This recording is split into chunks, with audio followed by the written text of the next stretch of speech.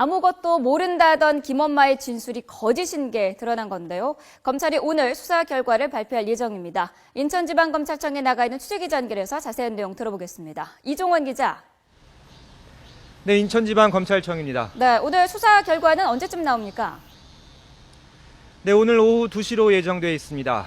지난 4월 20일 특별수사팀이 꾸려진 뒤 공개적으로 수사 결과가 발표되는 건 오늘이 처음입니다.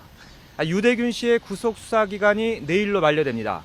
이 때문에 지난달 25일 체포된 대균 씨와 박수경 씨 등을 구속 기소하면서 수사 결과를 발표하기로 결정한 것으로 보입니다. 일단 99억 원이던 대균 씨의 횡령과 배임 액수가 추가 수사를 통해 늘어났는지가 관심입니다.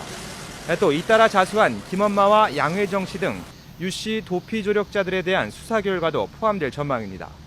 이와 함께 사망한 것으로 확인된 유 씨의 횡령과 배임 등의 혐의에 대해서는 공소권 없음 처분을 내릴 예정인 것으로 알려졌습니다. 이와 함께 현재 800억 원대 머물고 있는 유 씨 일가의 재산 동결 조치와 관련해 추가로 확인된 유 씨 일가의 차명지산 내역 등도 공개될 것으로 보입니다. 네, 무엇보다 김엄마 친척집에서 발견된 권총이 관심인데 오늘 수사 결과에도 포함이 되는 겁니까? 네, 아직 수사 결과 내용이 전해지지 않고 있기 때문에 발표 내용을 지켜봐야 할 것으로 보입니다. 네, 검찰은 최근 경기도 안성에 있는 김엄마 친척집에서 권총 5자루가 담긴 가방을 발견했습니다. 일단 이 가운데 한 정은 사격 선수들이 사용하는 공기총인 것으로 파악됐습니다. 2정은 가스총이었고 나머지 2정은 식별이 어려운 구식 권총이었는데요. 총알로 보이는 구슬 형태의 탄환과 길쭉한 납덩이 수십 개도 함께 발견됐습니다. 현재 실제 쓸 수 있는 총인지 정밀 감식이 진행 중입니다.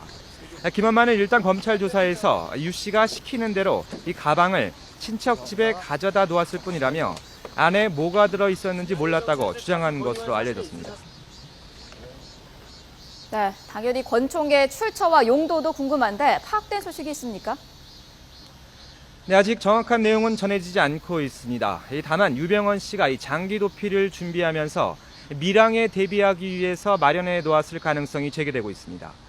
과거 유병헌 씨 측근들은 언론 인터뷰 등을 통해서 유 씨가 총기를 갖고 있고 사격 연습도 해왔다는 진술을 하기도 했습니다. 이와 함께 검거 작전이 펼쳐질 경우를 대비해 이에 대항하기 위해서 호신용으로 준비했을 거라는 추측도 나오고 있습니다.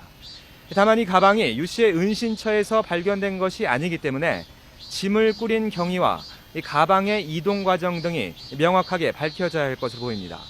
권총의 출처와 용도는 검찰 수사 결과 발표를 지켜봐야 할 것으로 보이지만 분명한 건 총포류 관리에 허점이 있었다는 사실은 부정할 수 없게 됐습니다. 선수용 공기총 등은 개인적인 유출이 엄격히 금지돼 있어 밀반출 가능성이 거론되고 있습니다.